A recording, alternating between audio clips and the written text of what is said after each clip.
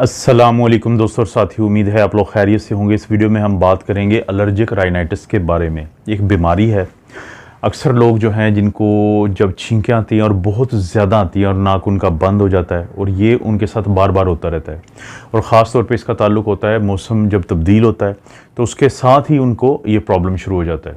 तो इसको कहते हैं एलर्जिक राइनाइटिस। और जैसे मैं हमेशा से कहता हूँ कि कोई भी जब आप बीमारी का नाम सुनते हैं तो कोशिश करें कि उसके नाम के अंदर ही सब कुछ छुपा होता है जो उस बीमारी के बारे में बताता है कि ये क्या है। मिसाल के तौर पे अगर हम बात करें एलर्जिक राइनाइटिस की, तो राइनो कहते हैं हम नाक को, आइटिस कहते हैं हम सोजिश को या इन्फ्लेमेशन को, यानी ये नाक की जो सोजिश हो जाती है इसको हम राइनाइटिस कहेंगे। और इसकी वजह कोई जरासीम नहीं होते, यानी वायरस या बैक्टीरिया नहीं होते, बल्कि एलर्जी होती है। यही वजह है कि जो आपके डॉक्टर हैं, जब आप उनके पास जाते हैं कि आपको ये प्रॉब्लम हुआ है एलर्जिक राइनाइटिस का, यानी आपको नाक बंद है, आपको बहुत ज़्यादा छींकें आ रही हैं, तो उसके बाद वो डॉक्टर आपको एंटीबायोटिक्स वगैरह नहीं देते, बल्कि वो आपको कुछ दवाइयाँ देते हैं जिनका मैं जिक्र कर दूंगा वीडियो में आगे जाके। इसीलिए इसकी जो वजह होती है वो कोई जरासीम नहीं होते बल्कि एलर्जी होती है। एलर्जी क्या चीज़ होती है कि जब आप कोई भी एक ऐसी चीज़ जिसको खाने से या वो जब आपकी सांस की नाली या नाक और बाकी एरिया में जाए या आपकी जिल्द के साथ लगे और आपके जिस्म का जो हिफाजती निज़ाम है जिसको हम इम्यून सिस्टम कहते हैं, जो मुख्तलिफ लेवल्स पे काम करता है, चाहे तो वो जिल्द की सतह पे हो, चाहे वो हमारी सांस की नाली की सतह पे हो, या चाहे वो हमारे जिस्म के अंदर यानी खून के अंदर हमारा इम्यून सिस्टम हो, तो वो जो हिफाजती निज़ाम है, वो जो इम्यून सिस्टम है, वो रिएक्शन देता है उस चीज़ के ख़िलाफ़।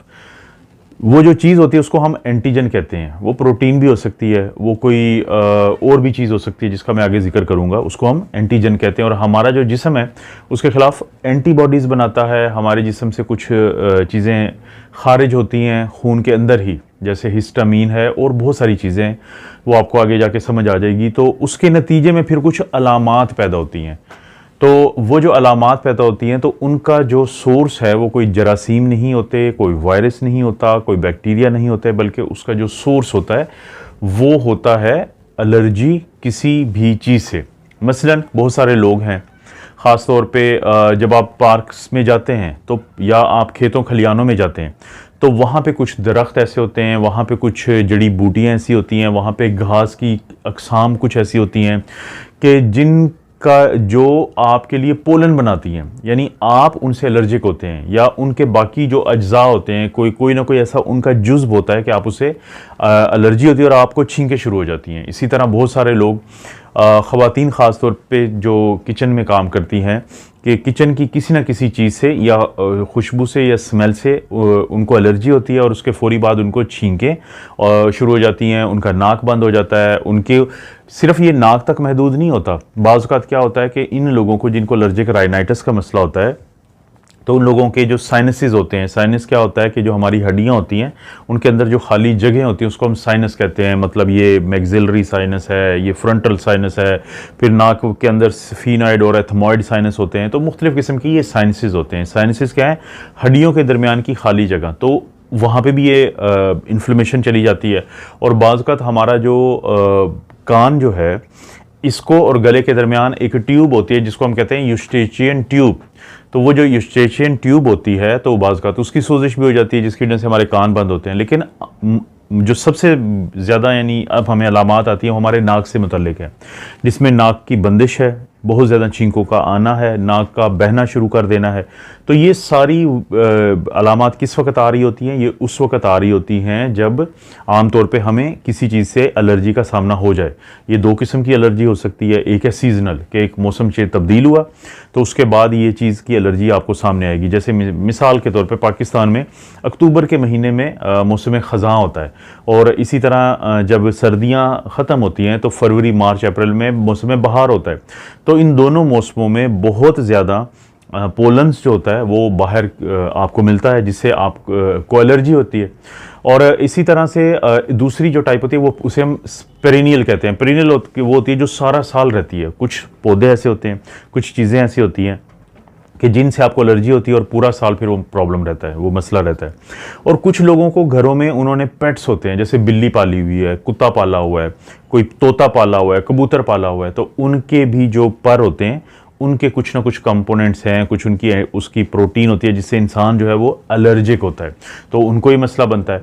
और बाज़ औक़ात जो डस्ट माइट जिसको कहते हैं, डस्ट के जो हमारी ये मिट्टी वगैरह होती है, इसके अंदर भी कुछ ऐसी चीज़ें होती हैं कि जिनसे हम एलर्जिक होते हैं। वो डस्ट हमारे घरों में आ जाती है, वो फिर हमारे जो कारपेट्स होते हैं, जो हमारा सोफ़ा होता है, जो हमारा बेड होता है, तो इस तरह की मुख्तलिफ जगहों पे वो सेट हो जाते हैं, वो जाके बैठ जाते हैं, वो सेटल इन हो जाते हैं। तो वो बाद में जैसे ही हमें उसका सामना होगा उस फिज़ा का कि जिसके अंदर वो मौजूद होंगे, तो हमें फिर यही एलर्जिक राइनाइटिस का मसला शुरू हो जाता है। तो ये बड़ा एक अहम टॉपिक है। अक्सर लोगों को आप किसी महफिल में जाते हैं तो अचानक से छींकें शुरू होंगी और फिर वो ख़त्म होने का नाम नहीं लेती। वो बड़ी एम्बैरसिंग, सोशली बड़ा एम्बैरसिंग हो जाता है, बड़ी उससे एक उकताहट सी होती है, लोग डरते हैं फिर किसी ऐसी जगह जाते हुए, क्योंकि जब आप किसी महफिल में जाते हैं तो वहाँ पे किसी ने परफ्यूम लगाया हुआ है, कोई ना कोई खाने की ऐसी खुशबू है कि जिससे हो सकता है कि आपको एलर्जी हो, या उस फिज़ा में खाने के कुछ ऐसे कंपोनेंट्स हों मसाला जात के कि जिससे आपको एलर्जी हो। तो जैसे ही वो एलर्जी का मसला शुरू होगा तो लोगों को छींकें शुरू हो जाती हैं, इसलिए लोग बहुत परेशान होते हैं इस चीज़ से। तो एलर्जिक राइनाइटिस में ये अलामात होती हैं। आपका डॉक्टर आम तौर पे आपको अलामात के बाद हम एक टेस्ट करते हैं जिसको, यानी आपकी जो जिल्द होती है वहाँ पे मुख्तलिफ़ किस्म की वो चीज़ें जिससे इंसान एलर्जी जिस हो सकती है इंसानों को, तो वो इंजेक्ट की जाती है, यानी वो उसका हल्का सा जिल्द के नीचे, जिसको हम इंट्राडर्मल या जिल्द के अंदर टीका लगाते हैं, और फिर फौरी तौर पे हम देखते हैं कि वहाँ पे क्या तब्दीली आई है। तो आम तौर पे आधे घंटे में भी तब्दीली आ सकती है और 12 से 48 घंटे में भी। इन दोनों को हम एक्यूट और डिलेड रिएक्शन कहते हैं। रिएक्शन यही होता है कि जब वो एंटीजन या प्रोटीन आपकी जिल्द में गई है तो वहाँ पे आपका जो इम्यून सिस्टम है वो फौरी तौर पे, अगर वो पहले भी उसके अंदर बार बार, जाहिर है कि इन लोगों को बार बार इस चीज़ का सामना होता है, तो इनके अंदर एक ख़ास किस्म की एंटीबॉडीज़ बनी होती हैं जिसको हम इम्यूनोग्लोबुलिन ई कहते हैं। वो बनी होगी, वो जैसे ही जाएगी ये एंटीजन, तो एंटीबॉडी उसके साथ अटैच होगी हमारे जिल्द के अंदर, और बाकी जिस्म में मैस्ट सेल नामी कुछ सेल्स होते हैं, तो वहाँ पर जाके अटैच होने के बाद वो जो मैस्ट सेल है उसकी दीवार टूट जाएगी और उसके अंदर होते हैं मुख्तलिफ़ किस्म के ऐसे अज्जा, जैसे हिस्टामीन है और बहुत सारे हैं। तो वो सारे रिलीज़ होंगे। जैसे वो रिलीज़ होंगे और वो हमारे जिस्म में फैलेंगे तो हमारा जो जिस्म है उसमें वो अलामात आ जाएंगी जो मैंने अभी पहले जिक्र किया है एलर्जिक राइनाइटिस से मुताल्लिक। तो क्योंकि जिल्द के अंदर लगा के एक महदूद एरिया पे लगाते हैं, तो वहाँ पे देखते हैं कि क्या वहाँ पे रेडनेस आई है, यानी सुर्खी हुई है, वहाँ पे सोज पैदा हुई है, जैसे कोई गिल्टी टाइप की छोटी बन जाती है, तो उससे हमें अंदाज़ा हो जाता है कि हम ABCD या किस चीज़ से एलर्जी है हमें। तो ये जो टेस्ट है ये बहुत ज़रूरी टेस्ट है। पाकिस्तान में भी ख़ुसूसी तौर पे जो गवर्नमेंट की तरफ से इस्लामाबाद में चक शहजाद नामी जगह है, तो वहाँ पे इनका एक सेंटर है गवर्नमेंट का, लोग पूरी पाकिस्तान से जाते हैं वहाँ पे, और इसके अलावा रीजनल सेंटर्स भी हैं, तो वहाँ जाके ये टेस्ट करवाते हैं और पता चलता है कि ये फ़लाँ जो चीज़ है उससे ये शख्स, मर्द या औरत जो है ये एलर्जिक है। तो उसके बाद ट्रीटमेंट में बताऊँगा कि उसको फिर कैसे इस्तेमाल करते हैं उसके इलाज के लिए। इसके अलावा बाज़ लोगों में जिनमें नाक का ज़्यादा मसला हो तो हम आमतौर पे एक्सरे भी करवा लेते हैं। एक्सरे में एक ख़ास व्यू होता है जिसको हम लैटरल व्यू कहते हैं, बाज़ का तो वाटर्स व्यू कहते हैं, जिससे हमें जो साइनसेस होते हैं वो नज़र आते हैं, क्योंकि देखें उसमें होती है हवा। मैंने जैसे पहले भी जिक्र किया कि जो साइनस होता है वो हड्डियों के दरमियान, हड्डियों में खाली जगह जो होती है उसको कहते हैं। जो हवा होती है वो एक्सरे पे हमेशा ब्लैक नज़र आती है, काली नज़र आती है, लेकिन अगर वहाँ पे सोजिश हो जाए तो वहाँ पे थोड़ा सा रेशा बन जाता है, तो वो जो रेशा होता है, वो जो सोजिश होती है वो वाइट नज़र आती है। इसको हम साइनस हेजीनेस कहते हैं। तो जिससे एक्सरे से पता चल जाता है कि किसी को एलर्जिक राइनाइटिस के साथ साथ एलर्जिक साइनसाइटिस भी हुआ है। इसी तरह से बहुत कम लोगों में हम CT स्कैन भी करवा लेते हैं, MRI भी करवा लेते हैं इस चीज़ को पकड़ने के लिए। और इसके अलावा हम बहुत अहम टेस्ट करवाते हैं जो जिसको कहते हैं एंटीबॉडी लेवल, यानी इम्यूनोग्लोबुलिन ई का खून का ये टेस्ट होता है।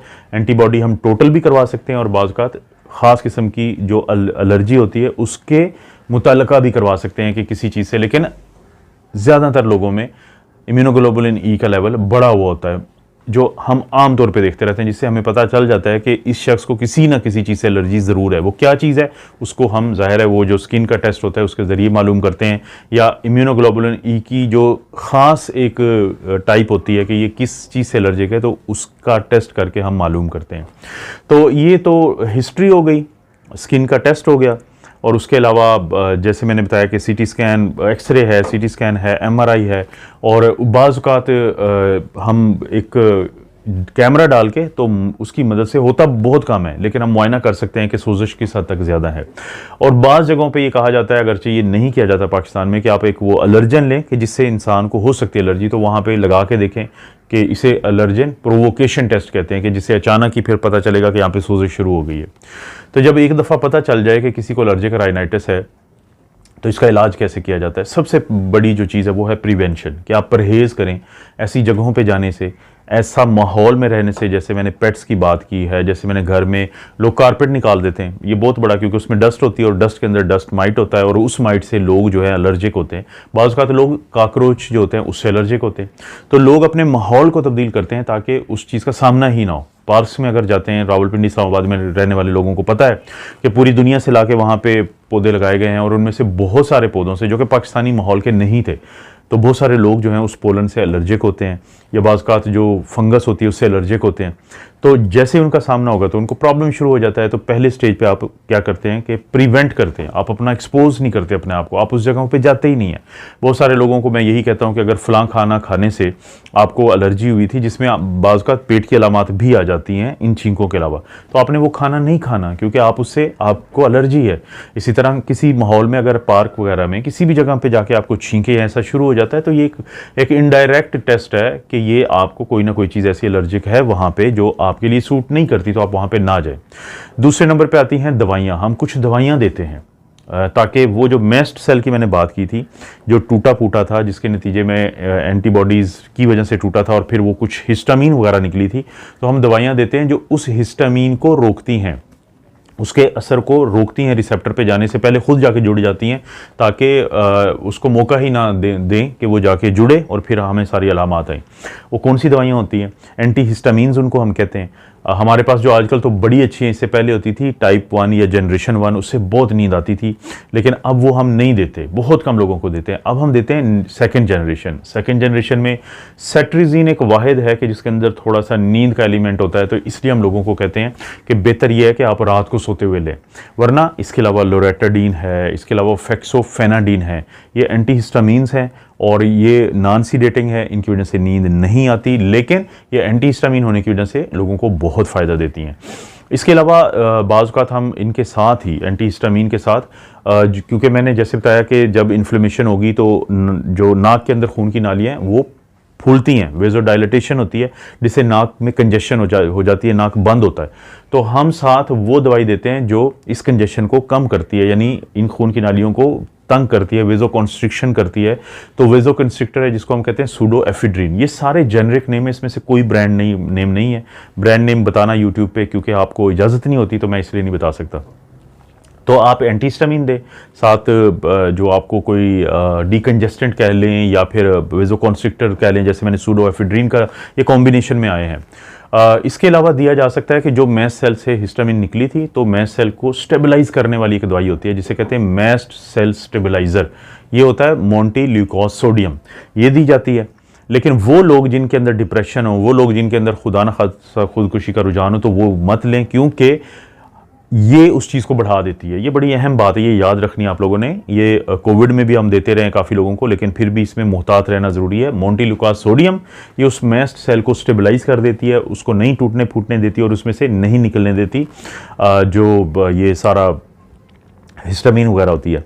और इसी तरह से आपने एक और चीज़ को ज़हन में रखना है कि ये सारे ड्रॉप्स की शक्ल में भी आते हैं, आप नाक के अंदर भी ये ड्रॉप डाल सकते हैं, तो ये एक इंपॉर्टेंट चीज़ है।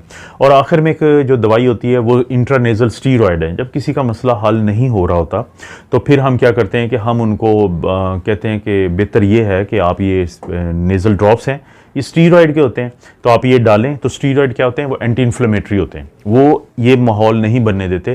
तो लोगों को हम जो स्टीरॉयड है इंट्रानेज़ल है, ये सिस्टेमिक नहीं है, ना ये टीका है ना ये गोली है, बल्कि नाक में डालने वाले ड्रॉप्स हैं जो अमूमी तौर पे सेफ़ होते हैं। तो इसमें काफ़ी सारे हमारे पास होते हैं स्टीरॉयड।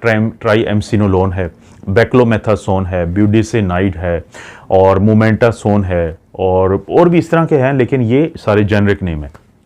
तो आपका डॉक्टर आपको तजवीज़ कर सकता है ताकि आपकी हालत बेहतर हो जाए। और आखिर में मैं जिक्र करूंगा कि जब अगर ये सब कुछ फेल होता है और किसी को बार बार ये प्रॉब्लम रहता है तो फिर पाकिस्तान में बताता हूँ क्या हो जाता है, और अगर आप अमेरिका में रहते हैं तो वो फिर आपको किस तरीके से फिर दे रहे होते हैं दवाई। वो ये होता है कि जैसे मैंने इस्लामाबाद वाले सेंटर की बात की थी कि आपको ना इम्यूनोथेरेपी देते हैं कि आपका जो इम्यून सिस्टम है उसके साथ ज़रा कुछ छेड़छाड़ करते हैं ताकि वो इन एलर्जन के खिलाफ तैयार हो जाए। इसको हम डिसेंसिटाइजेशन भी कहते हैं।